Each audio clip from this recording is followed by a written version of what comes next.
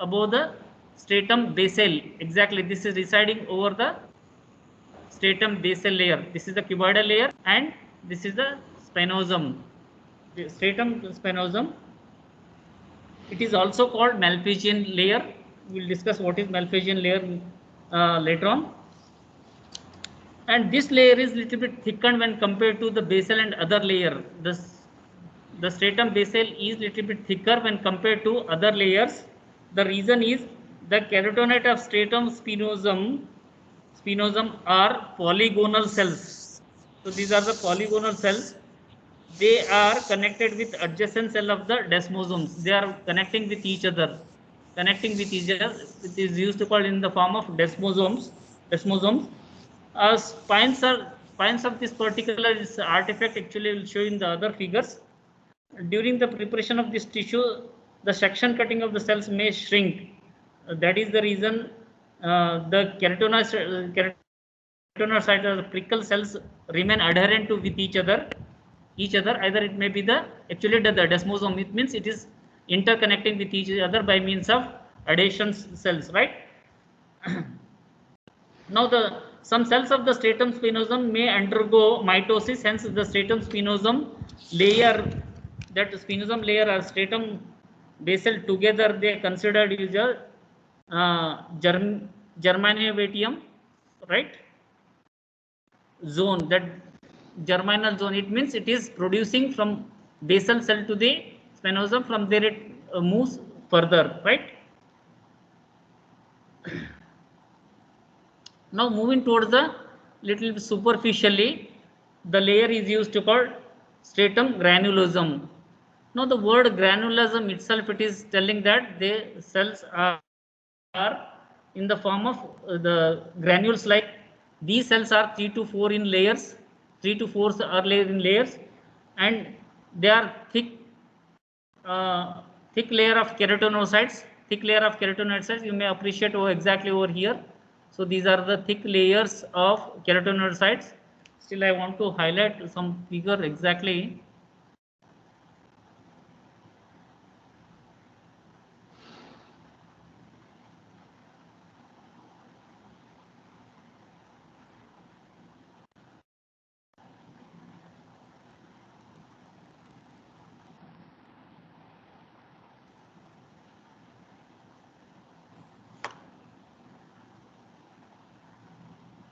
Yes, you may appreciate exactly over here the how the layer is abundantly filled with the stratum granulosum, right? Stratum granulosum. You may appreciate the layer which is, so this is the papilla, right? Papilla. This is most outer layer of the epidermis, and this is the most inner layer of the epidermis, which is cuboidal in nature. That is now stratum basal. Now you see the granular layers. Exactly, this is the layer which appears, the cellular elements which contain the granular like substances in the form of keratins or keratinocytes we used to call. So that layer is around 2 to 3 layers or 1 to 3 layers, which we appreciate exactly, right? So soon after the stratum spinosum, right? Now this particular, the aggregation between the two cells or aggregation between the layer, that is because of mainly the keratin filaments. So that is one of the type of protein. So that protein, because of that protein filament, it is interdigitating or interconnecting with each other, and which is aggregating with each other, which each other forms a layer is used to call stratum granulosum. And moving towards the fourth layer, that is stratum lucidum. It's also called the clear layer. It is also called the layer which is very much clear, right? The layer which is very clear, and the cells are very few in sense which is appearing. It is like a glass like appearance which is appearing. Exactly, that layer is used to call stratum lucidum, right? This particular stratum lucidum, it is in between the most outer layer, that is stratum corneum, and stratum granulosum. In between that layer is clearly appearing exactly over here. So there is a space, like it's not space but it is a very thin stain, staining. The cells of the stratum lucidum contains L-adenine. Remember, this L-adenine, it is a clear intracellular protein derived from the keratohyalin and gets stained with the hematoxylin, right? And some of authors consider that stratum lucidum as part of stratum corneum only. Either it is continuation of stratum corneum towards the deeper aspect to the stratum granulosum, it is adherent.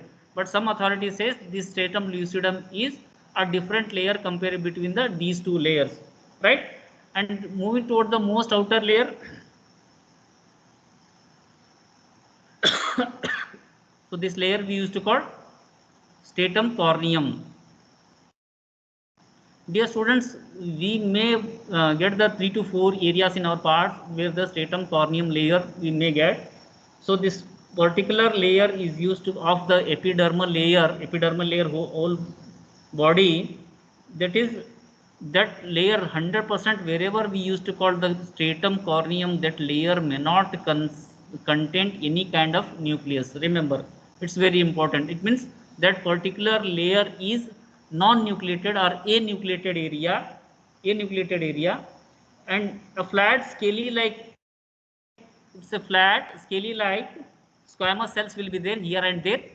So there are scaly like squamous cells we may appreciate over here. So these cells are dead cells. They do not have any cell organelles. It's 100% no doubt in it. As such, the other cells of the 4 layers of the basal to till the your lucidum, whatever the layer we have the cells, and along with the organelles, we don't have any cell organelles exactly in this particular layer, that is stratum corneum, right? So this is about the how the layers of this particular thin skin is present. So I request you to draw a diagram of these 5 layers of the that is especially about the epidermal layer I have discussed. So when you move to the dermal area,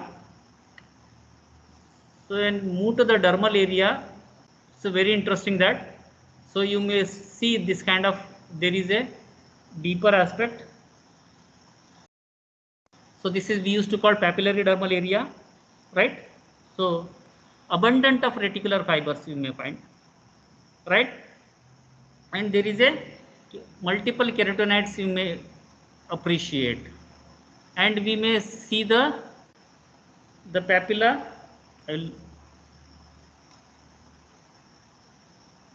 So you may see the hairy projections exactly.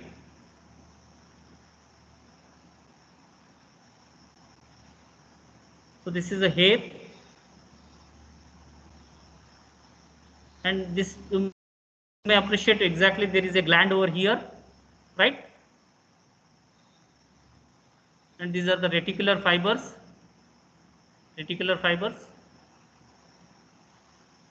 See, this is the sweat gland.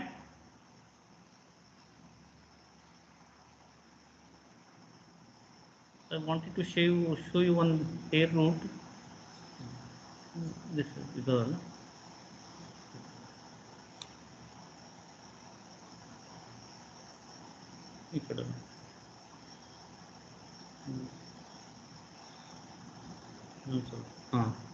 yes, you may appreciate exactly, this is the hair, how this is descending downwards in the deeper aspect along with the, this is epidermal layer, and when along with that you see this is, there is a gland is used to call sebaceous gland and sweat glands exactly, and there is a muscle fibers exactly over here. So these muscle is used to call erector pili muscles, right? Erector pili muscles.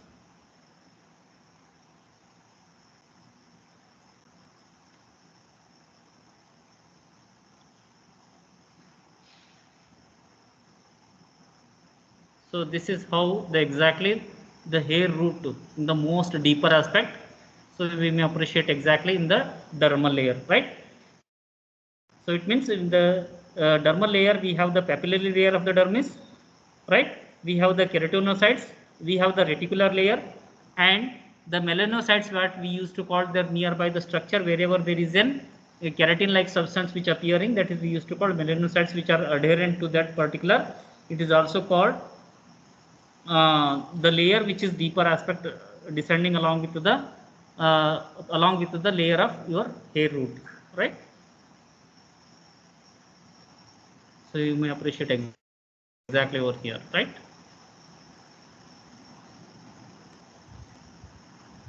Along with this, in the deeper aspect, you may exactly here and there see the small blood vessels which nourishes along with the nerve fiber. Exactly, you can appreciate this is the nerve fiber and a small blood vessel will be there. So this is for the nourishment of this particular cutaneous area of the your skin. They are nourishing, and plexuses of nerve fibers will be there to carry the sensation to this particular. You may appreciate this is the blood vessel exactly over here. You see this is the vein one which is collapsed, and this is the rounded is the artery which is well appreciated exactly over here, right? And you see this is the vein which is collapsed one, and these are definitely the most cutaneous branches will be there in the peripheral part of this particular, right? Now, at all you want to see the nerve fiber or plexus, we have to separately stain for that, and we can appreciate the nerve fiber which is three nerve endings which are exactly supplying to the root of the hair and nearby the follicular area to supply the exactly to the skin, right? And the sebaceous gland is very important because this sebaceous gland continuously connecting along with the hair root somewhere else. They are, see this is the sebaceous root, so this is the where the depression of this particular epidermal area, and this sebum will exactly whatever the release which opens exactly from here only. It means the pores of the skin which comes outside. So this is the most important thing one must and should remember, right? Sure. Now moving towards the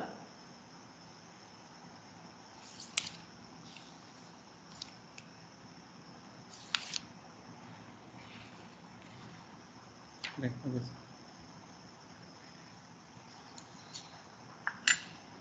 thick skin alone. As I have told, the thick skin and thin skin difference is where the thick skin we have given an example of sole and palm area. Rest of other wherever there is an hair follicles are there, that area is used to call thin skin, right? So the slide discussion will be around already the layer we have discussed about the thick skin, thin skin, and just we want to know about the how the thick skin represent in our body. Again here, yep, right. Okay, thank you. So this is the thick skin. Dear students, in the thin skin, we have seen there is a papilla which is dipping in the deeper aspect along with the some other content and constitute about the epidermal layer. When you come to the epidermis of the thick skin, so there is no dip inside and there is a no hair follicle exactly we may appreciate over here. Exactly there will be no hair follicle, right? So from one end to another end when you search, there will be no hair follicle exactly. It means do we have the hair follicle in the palm and sole? No. That is the reason this particular skin is having their own different layers, but the content will be again most of the things same. So what are the content of thick skin again when we discuss?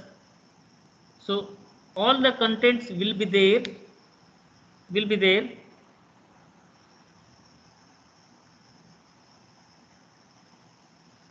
One second, I'll adjust the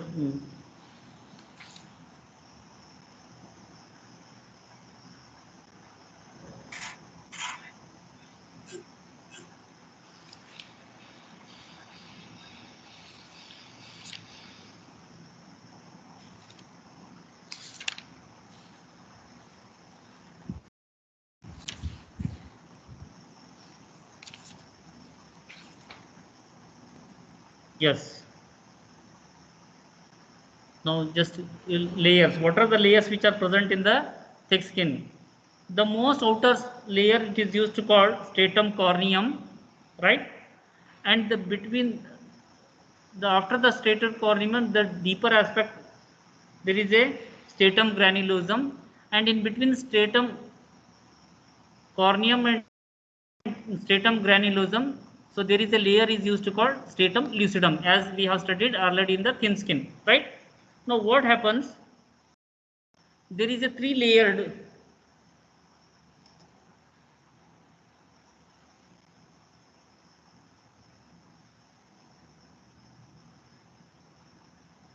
yes, now you may appreciate exactly over here, there is a three layered, the most upper one is the stratum granulosum.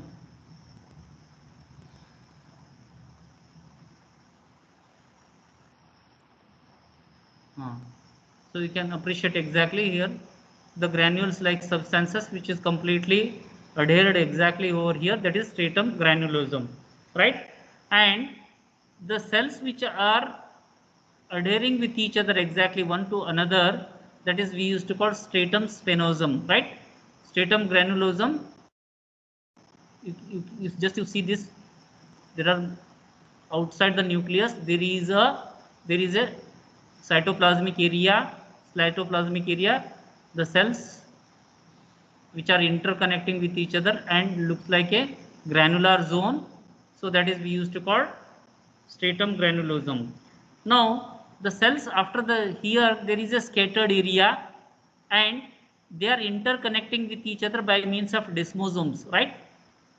Desmosomal connection will be there between the two cells, so there is no proper demarcation of cellular content is appreciating in the deeper aspect of the cell, so this is we used to call spinosal area, that is stratum spinosum, and most deeper aspect again there is a basal, that is stratum basal area. These are the, again the cuboidal in nature, the cells appearing round, the nucleus is round and cells also appearing round, cube like structure, the cells are appearing exactly over here.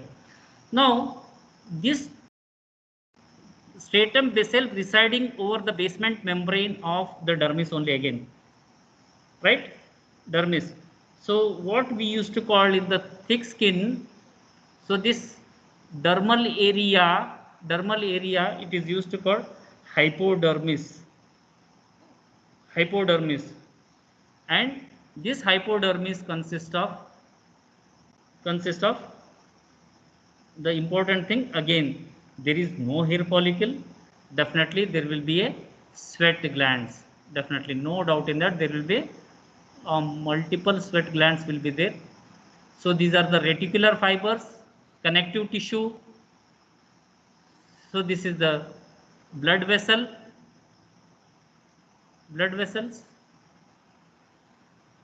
so this you see these are the blood vessel, cutaneous blood vessels, reticular fibers, and you may appreciate exactly these are the small sweat glands exactly here and there, scattered sweat glands will be there, that is the most important nature of this particular, so you may appreciate the sweat glands scattered, it is not completely in unite form, so this is you see this is the scattered one, the sweat gland will be there, and the sweat gland nature is along with the sweat gland we may appreciate definitely there is a blood vessel, so this is the complete unit of the your sweat gland, so along with there is a blood vessel will be there, that is the most important thing of this particular thick skin is concerned, right? So what are the layers we have to here, stratum, in the epidermal layer we have the a thick layer of stratum corneum, and between the stratum granulum and stratum corneum there is a space like field, that field is used to call stratum lucidum, right? And the granular layer they are arranged multiple 1 to 3 in layers or more than that in the most superficial part of the this particular, and below that exactly we have the a spinosal layer, and this spinozal layer exactly residing over the cuboidal layer, that is normal the stratum basal area, and this stratum basal is residing over the reticular fiber basement membrane of the reticular fiber area of the dermal layer or hypodermal layer, right? Now the clinical importance when we move to the histologically, so see, this is the skin. We may appreciate the non-nuclear area, right? Non-nuclear area, but there is an abundant of the corneum is stratum corneum is abundant. So when in the thin skin, the corneum layer is very thin in layer and it is non-nucleated area, right? The same thing exactly you may appreciate, but this is an abundant layer, the very thick layer of stratum corneum we may appreciate exactly in the thick skin of the epidermal layer. And the papillae are not so deeper when compared to the thin skin. The appearance of the papillae, which this is the papilla which is piercing inside, it is not much deeper, it is a blunt like papillae will be there in the uh, thick skin. So there are, it's not a blunt, these are the blunt, it is not spinous like it is deeper aspect and reaching the dermal area. Exactly, they are residing over the basement membrane of the dermal area of the or hypodermal area of the your thick skin. So this is how we can appreciate about the your thick skin and thin skin, dear students. And the important thing is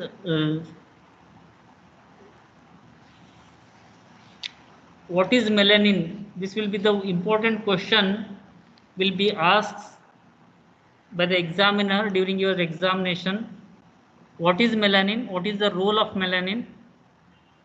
And why the color of skin is dark and white? They may ask this question.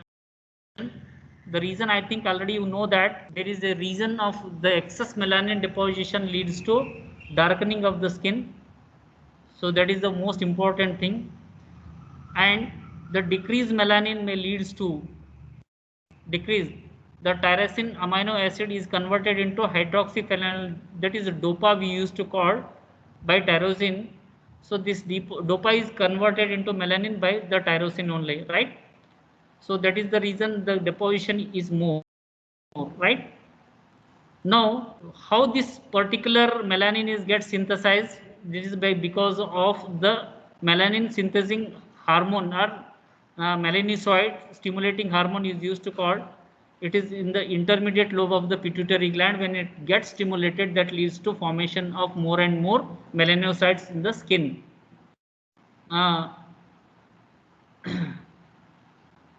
The color of the skin depend on the three factors mainly, that is amount of melanin in the epidermal layer, and carotene pigments are yellow color of the skin, that is we used to call the deposition of the fat, and vascularity, the rich and less supply of the blood may even responsible to appear the dark and light skin appearing the white skin, so that we can appreciate.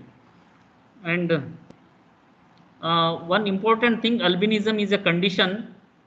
Albinism is a condition, it is an inborn error of metabolism that makes melanocytes incapable of melanin synthesis. It occurs because of absence of tyrosine enzyme. In the biochemistry, you might have studied about the tyrosine that will be helpful for the are capable to develop the synthesis of the melanin. If the tyrosine enzyme is failure to develop in our body or synthesize in our body, that ultimately leads to an metabolic or else melanocyte incapability, that leads to one of the most inborn error disorder. That disorder is used to call albinism, right? And you might heard about the white patches over the body, that condition is used to call vitiligo, right? This vitiligo occurs in the destruction of melanocytes mostly because of autoimmune reaction it is, right?